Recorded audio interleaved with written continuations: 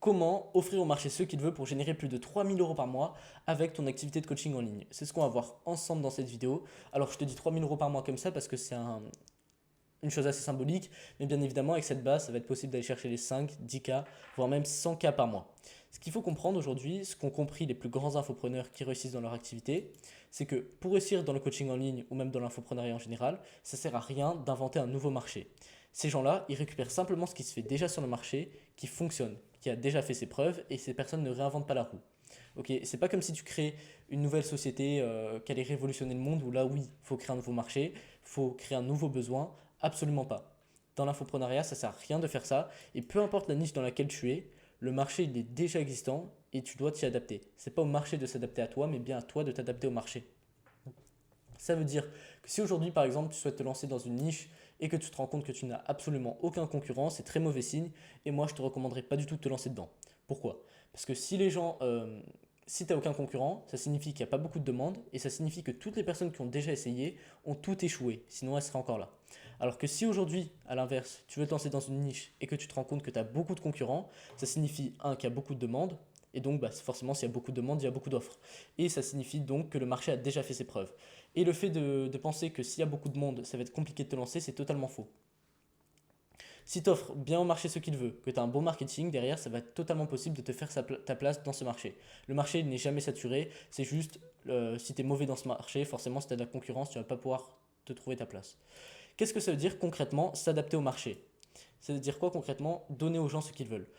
Ça signifie que tu dois identifier les besoins que les personnes ont dans ta niche pour proposer exactement ça dans ton offre. Tu vas trouver ce dont ils ont besoin en définissant ton avatar client. Tu vas identifier quelle solution il voit, quel serait le truc le plus adapté pour lui, quelle est sa solution idéale, etc. Et tu vas pouvoir directement proposer ça dans ton offre pour lui permettre d'obtenir les meilleurs résultats. Exemple, si aujourd'hui tu es coach en prise de masse pour les hommes de 20 à 35 ans, les choses obvious auxquelles on pense, c'est les entraînements adaptés, les diètes adaptées, ça c'est un peu pour tous les programmes, peu importe la niche. Mais chose à laquelle on ne pense pas forcément, c'est un groupe privé entraide des motivations, genre une communauté, des vidéos mindset discipline, des appels de groupe motivation plus sport tous ensemble. Ça va être très spécifique selon ta niche. Par exemple, pour les hommes de 20 à 35 ans, oui, ça va être adapté, mais si tu cibles des femmes de 40 ans, ça va pas du tout être adapté. Le fait de faire des appels de groupe motivation, du sport tous ensemble et tout, ça va être très différent, ce qu'il faudra pour ces personnes-là.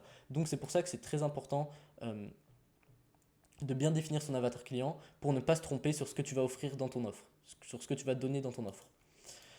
Aussi, tu dois savoir que la communication, bah, c'est quelque chose d'essentiel. Pour obtenir tes prospects, tu sais qu'il y a aussi de la création de contenu. Donc, tu dois savoir exactement à qui tu t'adresses avec ton contenu. Le discours, le vocabulaire, la vibe que tu mets, elle ne va pas être la même si tu t'adresses par exemple à des hommes de 25 ans et si tu t'adresses à des femmes de 40 ans. C'est totalement logique, mais c'est quelque chose qu'il faut prendre en compte et il faut s'adapter à ces personnes-là, aux craintes de ces personnes-là, aux désirs de ces personnes-là, etc. Et même dans la façon de parler, s'adapter à ces personnes-là. Là, c'est un peu du marketing, ce que je vais dire là, et aussi la plateforme, très important, ça va dépendre de ta niche. Ok, on pense tous qu'aujourd'hui, il faut se lancer absolument sur Instagram en tant que coach sportif en ligne, mais pas forcément, c'est plus dur que ça. Enfin, faut nuancer un peu.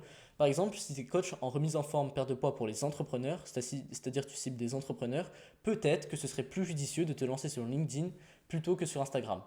Pourquoi? Parce que les entrepreneurs, logiquement, ils sont plus présents sur LinkedIn, donc ça va être plus facile de les cibler, de les atteindre.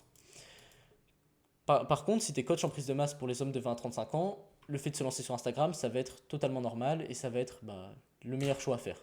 Parce que le réseau social que fréquentent le plus ces personnes-là, ça va être Instagram. Ces personnes-là fréquentent pas trop LinkedIn, fréquentent pas trop Facebook.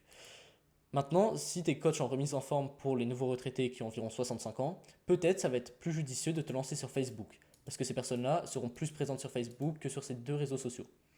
Donc, ça veut dire ça aussi, s'adapter à ton marché, aller là où sont tes clients pour les trouver plus facilement. Il faut savoir que un mauvais coach, mais qui sera bon en marketing, il vendra plus qu'un bon coach, mais qui est mauvais en marketing. Donc le marketing, c'est très important. Et forcément, si tu vas sur la mauvaise plateforme, tu ne vas pas pouvoir trouver tes clients. Donc retiens ça. Ce que tu as à retenir dans cette vidéo, c'est que pour réussir dans le coaching, tu ne réinventes pas la roue. Réponds à un besoin déjà existant. Lance-toi dans un marché dans lequel tu as déjà des concurrents, dans une niche dans laquelle tu as déjà des concurrents. Propose exactement ce que veulent les gens dans ton coaching, dans ta solution, et va sur la plateforme sur laquelle sont présents tes prospects. Moi, je te dis à demain.